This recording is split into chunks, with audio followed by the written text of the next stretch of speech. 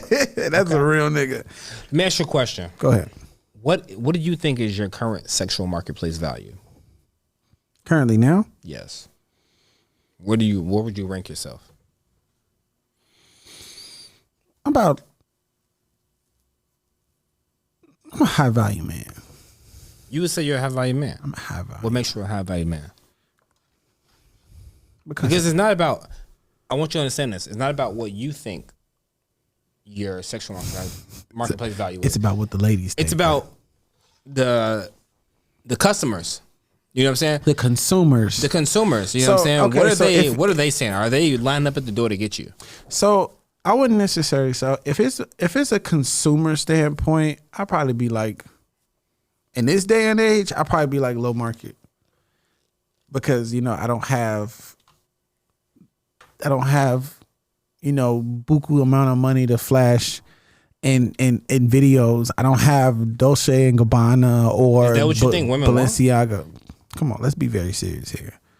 Women want money. Women want men with substantial income that comes in 24/7. Women want men who can. That would be gold diggers. I mean, I ain't. Are you trying to tell me that women are gold diggers? I'm not saying that. I'm just telling you what the more day and age of what the women want. The women wants men who have. Women want this day and age. Women want men who can, like say, provide to the point where they don't even have to work for $1 or a cent themselves. To the point where a man takes care of everything and they don't have to do anything. So wait, are you trying to tell me that all women are gold diggers? I'm not calling them gold diggers. Because that's essentially what you're saying. If they're after the money. I'm not saying gold diggers. Then are you trying to tell me they're gold diggers? Nope. Then what are they then? They just want to be taken care of. Women wants to be taken care of this day and age. So that's gold diggers. Women wants to be in a relationship where they're financially stable, rather than them where they have to get up and put the same amount of effort in as a man does every day. Interesting. So you just called out women gold diggers. I think you're trying to make it seem like I'm calling them a gold digger. What I'm basically saying is the reality is that all women are gold diggers. Some of them are just better at hiding the shovel. No, in the biblical ages, is that a woman's supposed to take care of the household while a man goes out and work. Yeah, that's how it's supposed to be. They living by the Bible. That's how it's supposed to be. And so I'm not calling them a gold digger. I'm just saying they're living by the Bible. But I think that this day and age is more. By the way, there's nothing wrong with a gold digger. I'm not saying that. I mean, like, I don't give a fuck about who's a gold digger or not a gold digger. But I'm saying that in my household, I am raised to where the point where my dad, he works day in and day out. My dad works. Even during COVID, my dad works. My dad, not only he works, he cooks, he fixes the house. And my stepmother, what she does, my stepmother goes to school. She takes care of my brother Aiden. And she has her own part that she plays in the house. What part does she play? She's a very crucial part. If it wasn't for her, I don't think I've never would have experienced what traveling is like.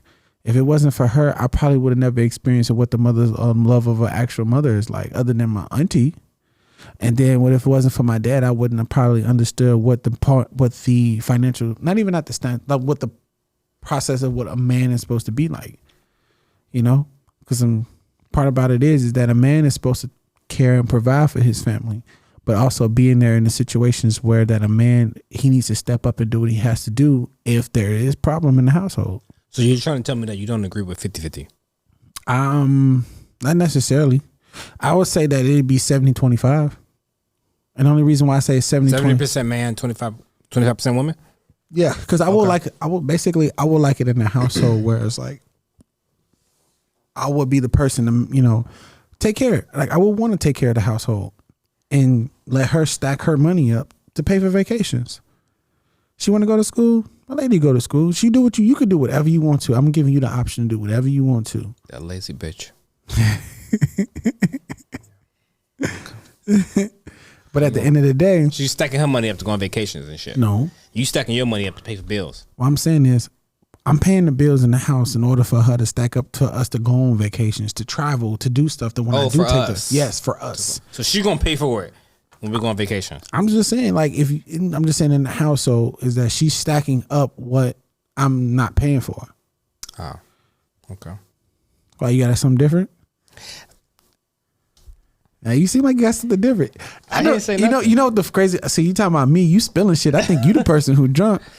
I think honestly, in a general, you know, in the grand scheme of things, I do feel like as a man, you know, like my pops always told me this, and I know this is probably irrelevant to what we talking about. My pops always said that never let them see you sweat.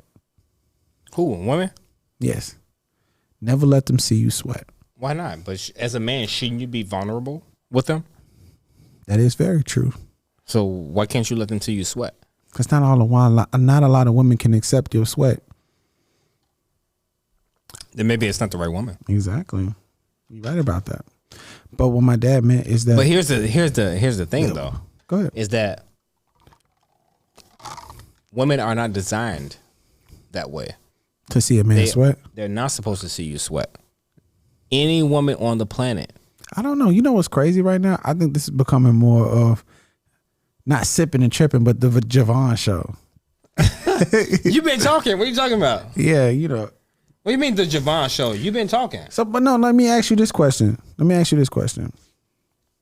So what do you see fit how the household is supposed to be like? How's the household supposed to be? Yeah. The man's supposed to protect and provide. As I said. And he's supposed to lead. He's supposed to strategize. He's supposed to make sure that his family is taken care of, and he's supposed to be the brains of the operation. I disagree with that.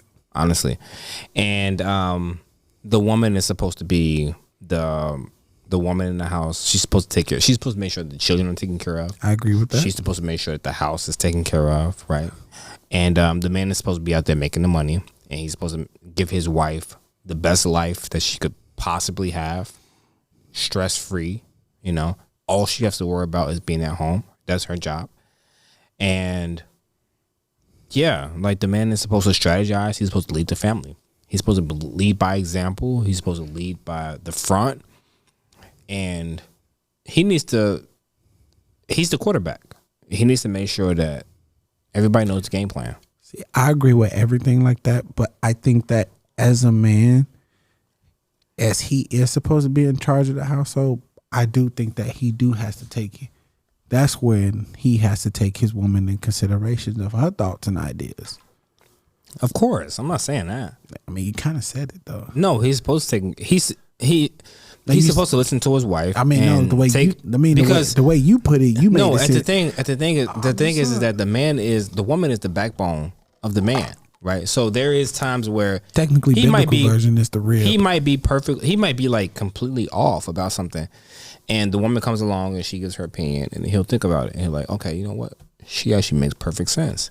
Because men are wired to be logical, right? So if they hear something that's like very logical, they're probably gonna go with it. You can't deny logic.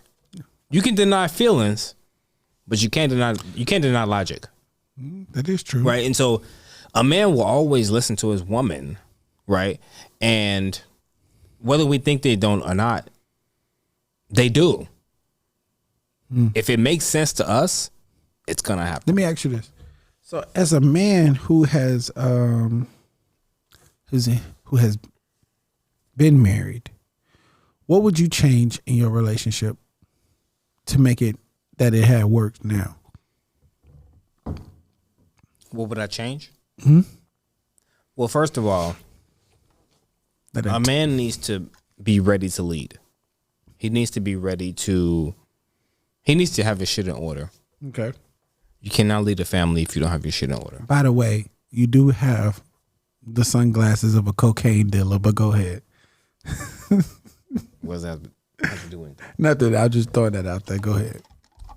A man needs to be ready to lead. I think that's why marriage is so important, and it should be taken very lightly. And not lightly. It should be taken very seriously because when a man decides to marry, that means he's ready to lead a family. And that means that he's ready to find a woman. He's going to find a woman who's ready to be the wife of a home. Right. Right. To treat him like a king. Right. And she will be treated like a queen in return. Right. That's why we should take marriage seriously. A lot of people don't take it seriously. Right. They just kind of rush into stuff because it's popular. Right. It's popular to get married. And it's popular to be in a committed relationship. Of course. So that we can say it we're in a committed relationship, we're married in front of other people, in front of our family, in front of our friends, things of that nature. But we don't take it seriously often. Like, those vows are very serious, Right. for better or worse, for sickness and health. But when that shit actually comes along, how many people actually live by that? Not a lot of people. You know what I'm saying? And so when you decide to get married, you have to say, I'm gonna actually take this shit seriously. I'm not just gonna get married just for the sake of getting married. I'm gonna actually take it seriously. I'm gonna do what I need to do as a man. I'm gonna protect and provide. I'm gonna make sure that my wife is safe at all times, even if that means that she wants to go to the club. I don't want her to go to the club because I know what's at the club, and that's not an environment for her. If I'm going with her, that's different because I can look after her. I can protect her. Somebody might put some in her drink. I can watch that shit. Like, no, you're not finna drug my wife. You know what I'm saying? Somebody might run off with her shit. Like, I'm there to protect. She's not gonna be in that place alone. That's my job as a man, as a husband, as a father. I'm gonna be in that space. I'm gonna make sure that she's taken care of. That is my responsibility. You know. I can see that. And it's just important. And then as the wife, her responsibility is just to make sure that the house is taken care of. Her responsibility is to make sure that her man is taken care of, that he feels like a king, that she's not treating him anything less. If she feels that she needs to treat him anything less than a king, then we can't do this. It's not gonna work because we're gonna constantly bump heads. Because the biggest thing for a man is that he wants to feel respected.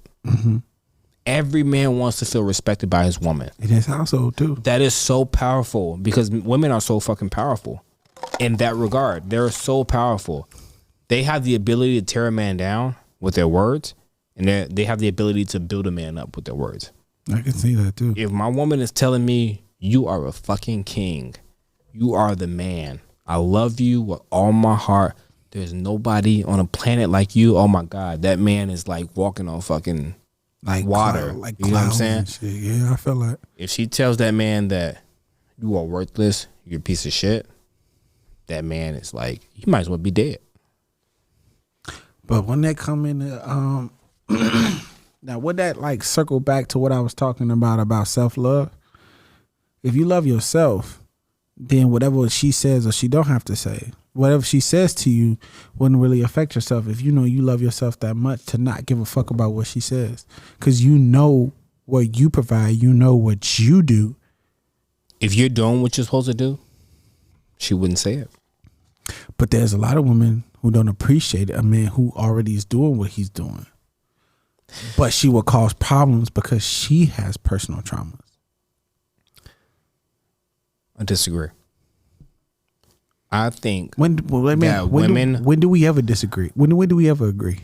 Exactly. But if a woman is with a great man who is protected and providing, and money is the biggest thing. You can't lead if you don't have the money. I disagree with that. You just can't. I'm sorry. I disagree with that. You cannot lead if you don't have the money. I disagree with that. Because women look at money first. We know why they look at money first is because they're looking for security. No. And the biggest thing in our society is to prove that you have security is money. But I disagree with that because a woman can be with a man who does the right things, who attends to their feelings, who does everything in the right place, who does put all the factors, checks all the lists, but because they haven't went and healed their personal traumas. And don't get me wrong, I'm not just saying just women, men too. Men can be with the woman who does everything for them. But if you have not taken the time to learn how to love yourself and take care of those personal traumas, then you're not gonna sit here and you're not gonna appreciate a person who is in front of you who is taking to that personal time to love you the way that you should be loved. There's a lot of people who get these people who love them to the point where it challenges them and makes them uncomfortable. And that's how a lot of people tend to or go back into these situations where they go back to these toxic things because they have a person who is not toxic or something that they are not used to. And say, for instance, if you're a person, you're dating a woman who's been in this program mind that every man that every man that she's with is gonna talk down upon her, or every man that she's with is gonna hit her. And she's been programmed. This is programmed in her mind. And then when she meets a guy like, Jovan Too Good, who doesn't hit her, but loves her, who doesn't buy her fake flowers, buy her real flowers, who doesn't do all this toxic shit that happens before, right. It scares her. Because Absolutely, I agree with you. Because she's not used to that shit. Yeah. And a lot of women, let me take this back. A lot of people in general meet people who challenges them in ways that to help overcome certain traumas and triggers, but they don't like that. And not a lot of people are ready to overcome those challenges or face those challenges. So that's why they end up hurting people or breaking people hurting people. Like I said, they're hurting people and breaking people who challenges them because they are just so used to the same shit over and over. Yeah. I mean, it's a conversation that's very long, and we'll have a conversation at a different time. Definitely. But I want to thank you guys for tuning in to Sipping and Tripping. Sipping and Tripping. And we'll see you next time. Howdy. Peace. Hey, wait. I got one thing to say. Hey, Drake, you got a BBL, bitch. Bye.